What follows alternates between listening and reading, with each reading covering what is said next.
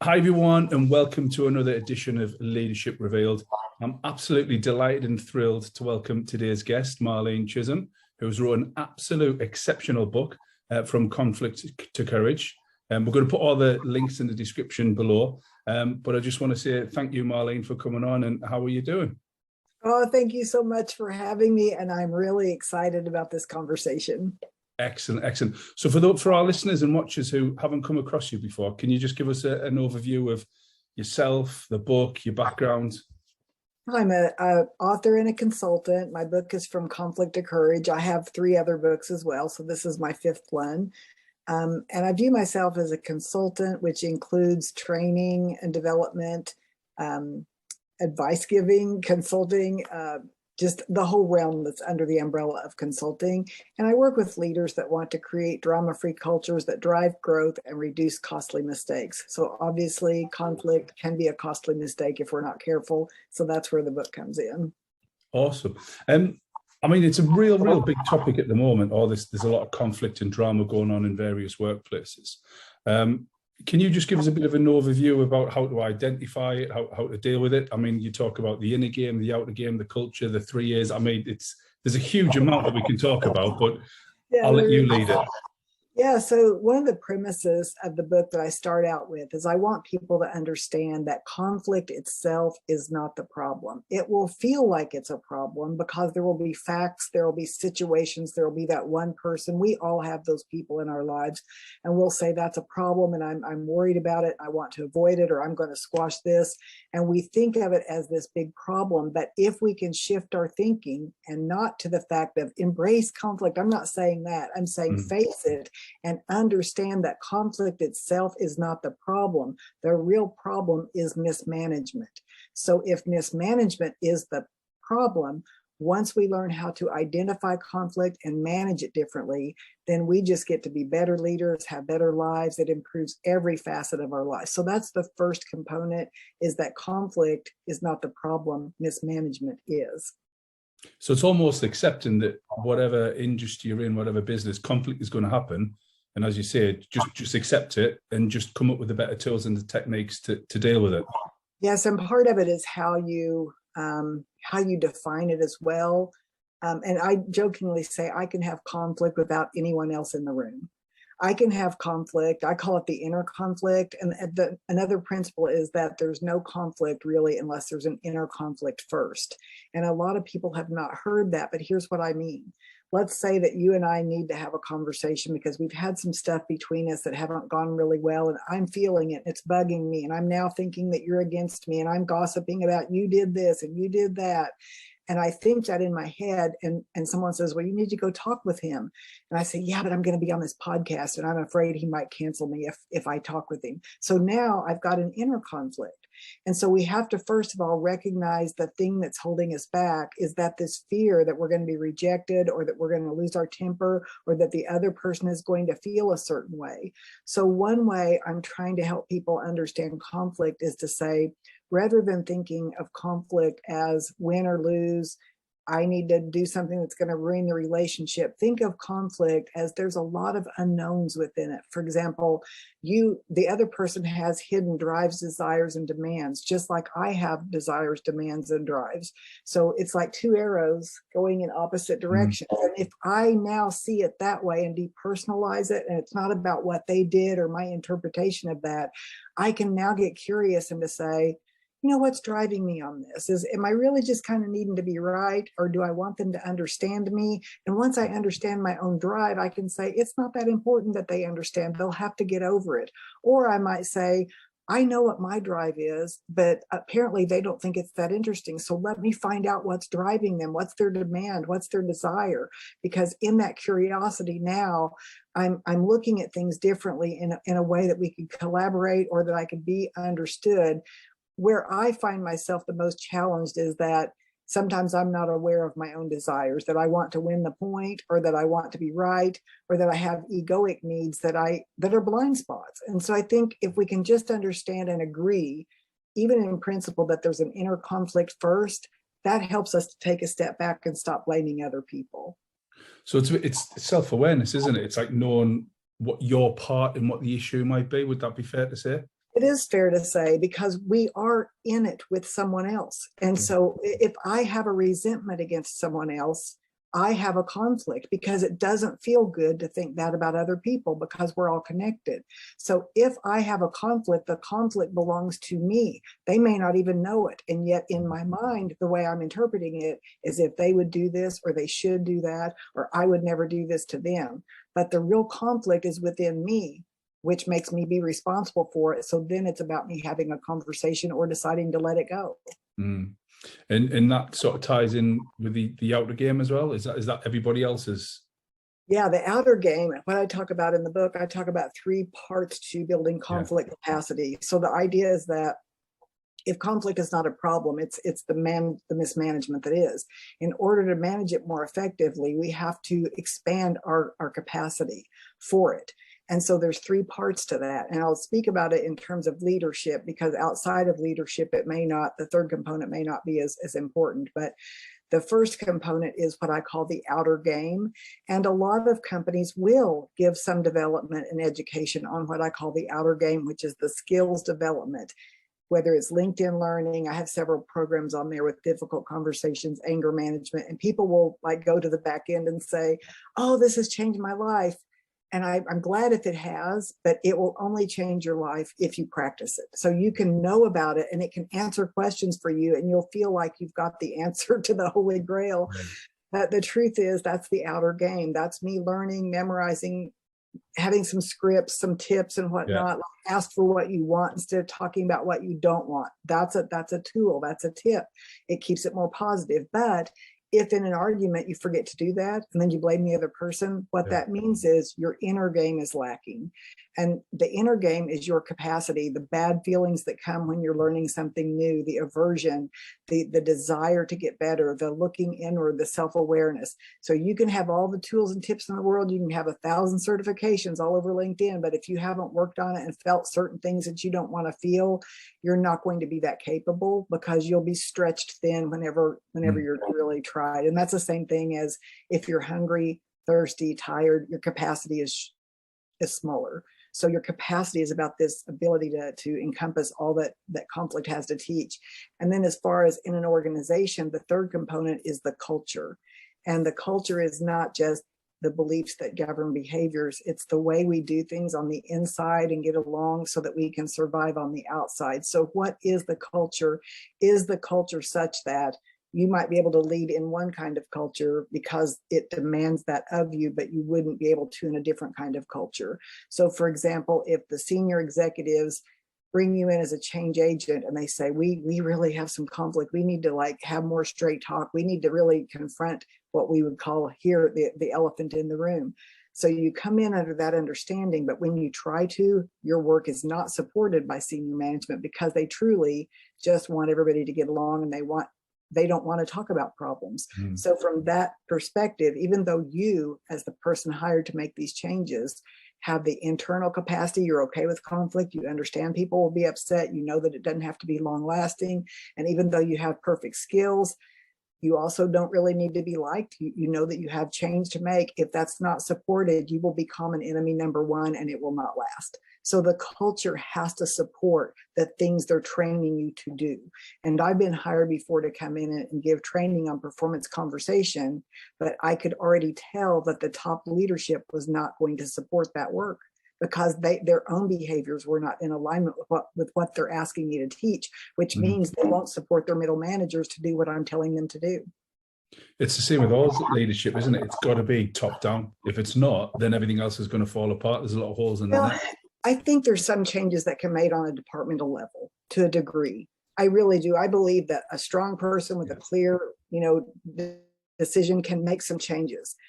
But usually, from what I've seen, whoever has the power and the authority can derail something. So it's better, it's easier to change things once there's this. It's just like saying, can the kids change mom and dad, or do mom and dad are the leaders, they're the decision makers, they're the ones with the wisdom and the guiding principle. So if the two parents are not in alignment, the children are going to fight. Can one child that's really brilliant change the parents? In fairy tales? But I don't know. I mean, I know there's consultants that would argue with it, and they really promote bottom up type of change. And while it's true that everybody has to be engaged and people help support what they create, that is true.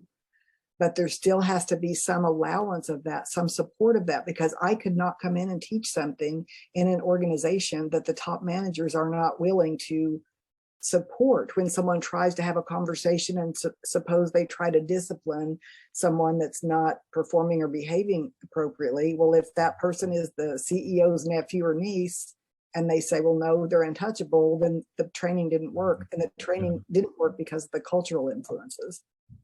So because the majority of people that watch this podcast are small business owners, anywhere between a couple of staff up to something like 50. So they might not be doing the conflict or the difficult conversations. How do you get okay with conflict? With conflict, how do you understand that it's not going to be the end of the world? How do you have those difficult conversations, or at least get better at having them? Yeah, I mean, this work that I do is just as relevant for your personal life or small businesses as it is for large corporations. In fact, I work more in the moderately sized, middle-sized, or even with franchises and so on. The key is leadership clarity. The leader sets the tone for the clarity. And so I really talk about that concept a lot in the book. And the way that I'm defining leadership clarity is the ability to look at and define and articulate the situation, the outcome, and the perceived or real obstacles. Because until you have a clear understanding of the situation and a clear understanding of what you're trying to accomplish or where you're trying to go, until you have those 2 points of reference, it's really difficult to get real movement with a team approach, because people don't understand what they're there for. They don't understand what they're trying to achieve. And so often, and this is even true of large nonprofits or larger businesses that call me just for a little component of training or something like that, they may call me with what they perceive to be a really big problem, and they already have figured out what they want to do. They'll say, we need a new full-day workshop because these two groups are not getting along, and we also need to have like a new engagement officer or whatever. And so that is what I call getting stuck on the rock called how. You think you've figured out what the problem is, and you think because I've written a book, I can come in and with 1 8-hour commitment, everybody's going to change. And that's simply not the truth. If you've got the money and the funding for that kind of thing and you just want that, that's one thing. But the reality is the first step of it is leadership clarity. And you as a leader might need to have some conversations that you've been avoiding. And that's the real problem. You think that it's the kids, but it's really the parents, right? Right. Yeah. Yeah. So it's almost like you said, it started us with the leadership, and that will eventually help us have those difficult conversations. If you have the skill sets and you're willing to be uncomfortable. But I think there's some blind spots that have to be uncovered too. There was, for example, one organization I was talking with, and one of the top people said, well, the head of the organization is such a nice guy, and he's been the head of many different organizations. But the problem is that when people come to him, because he's got an open door policy, which is great, but when they come to him, they'll ask for a decision on something that should be made by their supervisor, their director, instead of him. And he doesn't see his blind spot. And I would assume that this is partially from his identity of wanting to be seen as approachable and nice. Okay, I'm a high paid guy, I'm at the top, but I'm still nice. My door's still open. So come to me. And if I can say yes to you, then I get favor. But what he's not realizing, the blind spot there, is that in terms of organizational effectiveness, that's hurting the leader below you. So you see what I'm saying? Those are those blind spots of what we do based on our own identity and our own demands, drives, and desires that we're not aware of. That it's causing conflict, even appeasing. I talk about the 3 A's: avoidance, aggression, and appeasing. Avoidance, appeasing, aggression.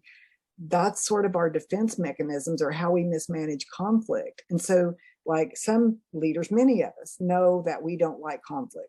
no bones about it. We don't feel ashamed about it, don't like it. I avoid it at all costs. So I avoid it. I know that causes me some problems, but I don't realize how much it causes because the effect, there's a lag time. So I don't really see it sometimes, maybe even till after I'm gone or someone replaces me. Then there's appeasing, which is what I just told you. Well, of course, that's a great idea. Why don't you go do that? Or we agree, we want you to be engaged. So we're going to tell you that that's a great idea, when in reality, it's not feasible for us to take on that idea. And I don't want to hurt your feelings or keep you from giving ideas. So I'm going to say it's great. And we'll talk about it next quarter. Next quarter rolls around. They're ready for their place in the spotlight. You've forgotten all about it because you were appeasing. You didn't mean it. Mm-hmm. And then there's the aggression. And I tell everybody that's typically where I land. And it's something I'm working on. But aggression is also avoidance, because aggression is, I'm done talking about it. I'm at capacity, my way or the highway. And it takes a different capacity to slow it down and to be more patient and to hear and to even tell someone, I'm feeling really like tired from this and I do want to stay in the conversation, but like right now is not the time for me. Like that's kind of what I'm working on, because I have the awareness of when I'm at capacity. And sometimes that's because I've already thought something through and I really already know where I want to go with something. I'm just wanting someone to agree, but instead I open it up for a conversation. And then when they're off into left field, I just kind of lose it. Mm-hmm. So that's just self-awareness, you know, that people that are high driven or that they've already thought something through deeply, you may have to put on your awareness hat and say, let me take a breath, because they may be on a different page.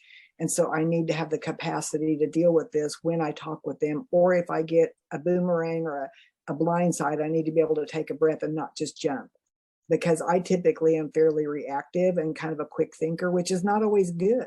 Mm-hmm. You know, it's good sometimes to take that break and to let something settle before you jump to your assumption that you think is correct. Yeah.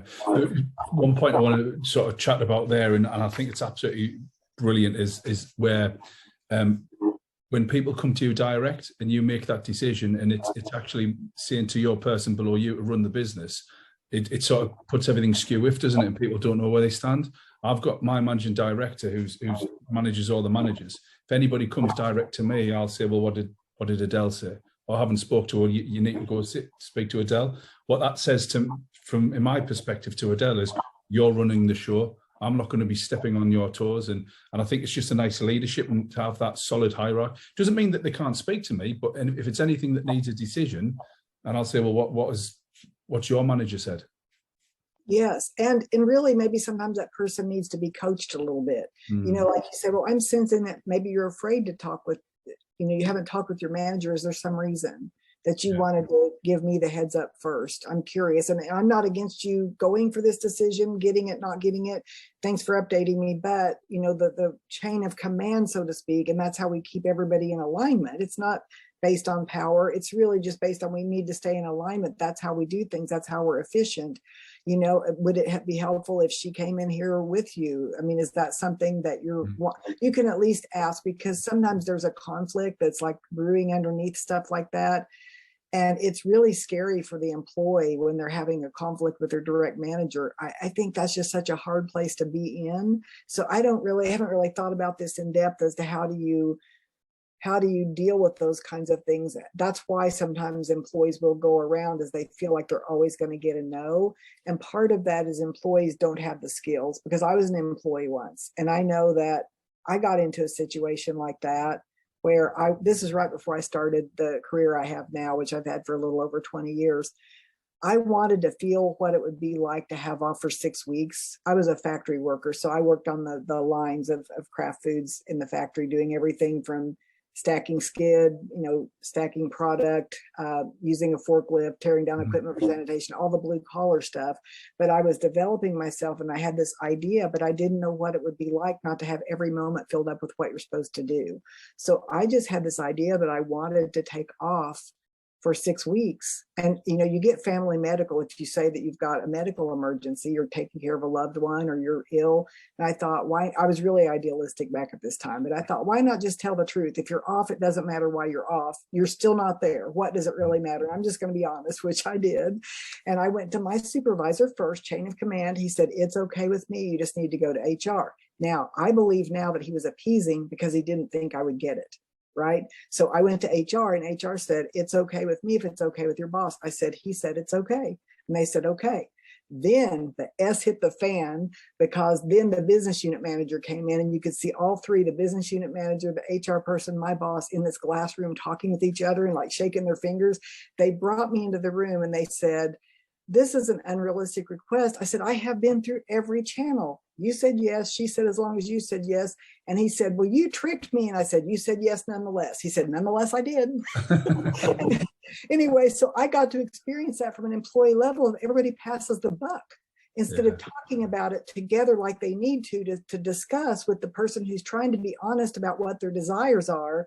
There's sort of this hands-off leadership and appeasing, like, well, I know you're not going to get that, so I'm going to tell you to go to HR. HR says, what did your boss say? My boss said, okay, well then, okay. And it turned into this biggest thing. And the good news of it was they ended up letting me off with that length of time for no pay, and letting me try it. And I was honest with them. And I remember that the business unit manager said, well, you know, Marlene, he goes, that's just not the way things work. He goes, if I had my way, I'd be in Florida digging worms on a worm farm for fishing. And I said, well, then you should go for it, because life is short. Yeah.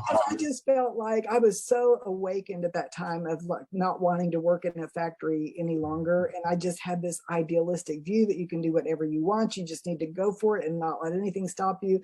And I was living that reality. And I'm a little more cynical now.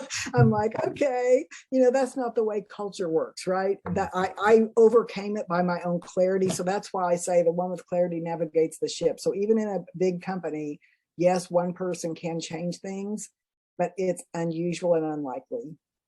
I think the avoidance and the appeasement thing is really, really super relevant, because I think the majority of small business owners we all do. Everybody likes to be liked. Nobody wants to walk into a workplace and have, conversations about them behind the back. So I think small business owners will try and be the friends. And I always say you can be friendly, but don't be friends with your team, because there's a big difference.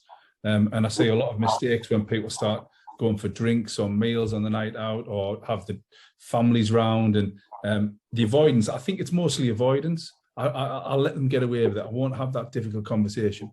And I don't think people realize, but it's them that are driving the culture in the business, and it's the negativity, and it's never going to get better unless they change. Yeah, it is. It's funny, because I do teach a skill for what if you've let something go on for too long, because that awareness is like, uh-oh. I mean, I know that if I have the conversation, they're going to say, well, why didn't you say something 2 years ago then? You've let Sally and Bill and Mike and June, everybody's, and it's going to turn into this verbal ping pong of, yes, I did. No, you didn't. That's not fair. How dare you? It's going to turn into that. So what I teach leaders to do, once they realized, and once they have the awareness that, oops, it's so easy to really like people, and you can still really like people, but those drinks and dinners need to be kind of planned. Special occasions, this still business, but we're going to do this. It's not like we just, hey, let's just go out for drinks after work. You're going to struggle at some point, because you're going to have a loyalty to your business, and that's going to be a problem. And you're going to find yourself resentful if you keep sacrificing your business for personal needs. It's going to become very dysfunctional. So the way that I teach that is to create a fresh slate. And I use a principle I call the labor principles: listen, ask for what you want, set boundaries, own your stuff, and represent yourself. But with the labor principles on this deal, you start with owning your parts. You'll say, if it's a group meeting, you say to everybody, if it's a group thing, if it's a one person, you deal with that one person. Don't have global conversations where it's just one person that's having the problem. But let's say that it's everybody, and you've allowed it, you become too close, it's become dysfunctional, it's disruptive, you've lost a couple of client accounts because you were too lenient, and now you're furious and you feel like they've taken advantage. You got to clean up your energy and take ownership first. That's what you've got to do. You've got to have the intention of getting the ship righted instead of getting everybody in trouble, because it won't help you. You've just got to have it for the purpose of the business and for the purpose of realigning the team. And then you get together and you say, hey, everybody, I want to talk about the recent client that we lost and what we're going to have to do to clean this up. So first of all, I'm going to own my part. I've been allowing us to come in 2 and 3 hours late, staying out late drinking. I've done it. I did it because I enjoy your company. but there's a new sheriff in town, and here's what we're going to do in the future. And this is a clean slate. I'm not even going to start blaming and naming. I'm just going to say, I helped to create it. I thought it was neat that we all got along, but in the future, here's where we have to be. And if you don't understand this, this is what the consequence will be. Fair warning, fresh slate. So that's how you clean that up, because it's not fair to set a boundary if they don't know that the boundary needs to be set. You have to first take that ownership of where we're changing and what I'm expecting in the future. Yeah, I love that. There has to be a consequence, doesn't there? And I think, funny enough, what you said about the parent-child analogy, I always use that. And I always say that, if your child's doing something wrong, then they have to be chastised, told off, whatever. And if you don't, so I use the example, I've got a little 6-year-old and she's got chocolate or candy all over her hands and she goes to put it on the wall and I'll say, don't do it, Bella, next time. And she does it. Oh, next time, you'll be fine. She's just going to do it over and over again. So there's got to be a consequence for an action or inaction if it goes against the principles or the culture of the business. Yes, because that's part of building trust. Yeah. If I say I'm going to do something, like you're going to have to take a day off without pay, and I'm not all about punishment, I'm really about learning, but it shows me that someone hasn't learned. Once you've had the conversation, they've agreed, they've signed a paper, whatever you've done to get that agreement, that understanding, and then it happens again 3 weeks later, it means that in some way, either it didn't stick, they don't believe you, they know that you like them, they found an exception, and you've got to show that you mean business. And unfortunately, sometimes we don't want to have to suffer and do the extra work we've got to do. And that's really what it boils down to. Well, we're shorthanded, and if I take them off for a day, that means I'm going to be working the front counter, I'm going to be working the phones, or we're going to have to delay this meeting. You just got to do it, because it's really important that you manage that culture on the inside. Really important. Yeah, at the minute, I don't know what it's like in the US, but they've actually got a name for the employment situation at the minute. It's being called the Great Resignation, where people are just putting their notice in and either not working, going completely out the industry. And there's some big money's being thrown around for people who are not the most highly skilled in the world, but it's because Amazon up in the Northeast have just put 6 huge new depots, and they're paying ridiculous wages. So that people, I'm not saying our guys and girls are going there, but it's just really tough to hold on to them. What would you say to any of our viewers or listeners who are quite nervous about bringing in this conflict management in case they lose people? Yeah, it's scary. And like, I always say this is one of those times where I'm in the workshop, so I've got the answers. I don't have the great big business, so I don't have the consequence. I can give advice, but could I do it if I don't know. I know the answer because I'm in the workshop right now, so I'll give you my workshop answer. This is what I believe is happening. I think it's just rebalancing. It'll shift back. It's sort of the teeter-totter is just unbalanced, and we always go through that when there's some kind of a change. It's good to be awakened that employees need to be treated better and that they need to have more say. I mean, that's not a bad awakening. It's just that the teeter-totter has just flipped upside down, and we're just going to be there for a little while. It won't be there forever. But here's kind of what I'm seeing in the field, and it's just sort of an intuitive hit. While there's a leak in the boat, we keep adding more rowers. And we can't keep the rowers because there's a leak in the boat. Mm-hmm. So plug the leaks. In other words, spend money on the resources, help out during lunch hours. Like, I'm thinking of something specific right now, so I'm just going to share it. My mom is in long-term care. She's in a nursing home right now. It's hard to get CNAs. It's hard to keep the staff. It's hard to be fully staffed.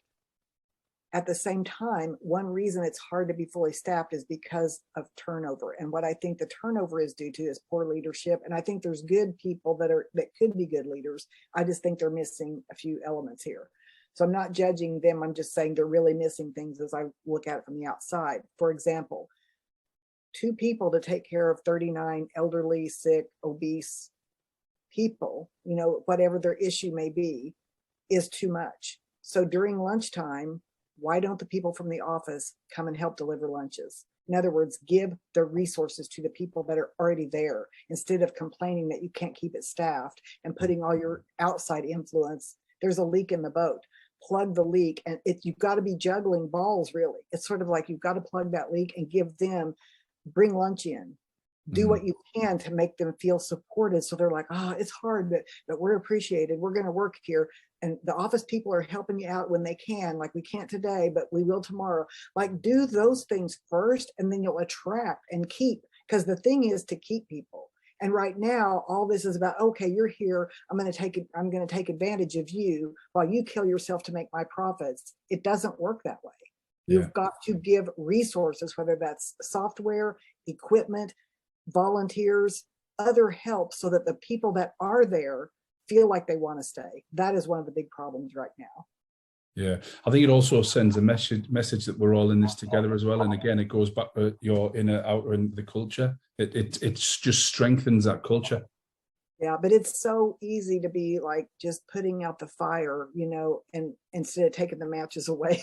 It's sort of like we're just trying to go all to the outside of it as soon as we get all these employees. But the truth is, all these employees that are not well trained is not helping you, right? Like, there's a certain slowing down and plugging the boat, pull off to the island and plug the boat. It has to happen. You'll lose some money for a while, but you're not going to get there by doing what you're doing. And so it's about kind of slow down to speed up.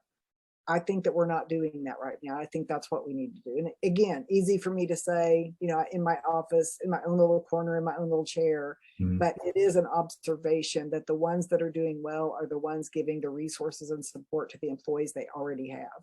I think that's a really valid point. There's always in a change situation, or where there's a little bit of conflict in the wider world. If you look after your team, then that's going to benefit in the long run, isn't it? It is. And, I see, if you're frontline people that are supposed to be leaders, for example, in that situation, the nurses that are on that floor, if they don't see themselves as leaders, then they just see themselves as a checklist to do charting and looking at, the computer, and they don't see themselves as hands-on, because they, after all, went to school to not have to do the dirty work. But if they could see themselves as leaders, they would at least walk around or help out here and there, just to lead, just to see what's going on in these rooms. But instead, their head is in a computer and in a phone. That is right there poor leadership, because it's making the people that are doing the heavy lifting resentful, and it's making them feel like they don't want to stay. So you could do a lot even as a frontline leader, but only if you identify as a leader, not if you just identify as one of them who's just got a higher title because you got the education. No, excellent, valid points. Marlene, I've kept you long enough. I don't know what time it is over there in the US. It's just whatever you want to ask. No, listen, that's absolutely brilliant. I just want to say thank you so much for this. And if anybody wants to know more, we're going to put all of Marlene's contact details and social media in the description below. From conflict to courage. Get it, guys. If you're brilliant, there you go, as if by magic. Fantastic. And you can get that on Amazon, because I've checked, I've ordered mine already. But listen, we're all going through a little bit of turmoil in the industry at the minute, in the real estate industry. And I think this is really, really relevant to the majority of us. So I just want to say, Marlene, thanks again. And thanks to everybody for watching and listening on Leadership Revealed.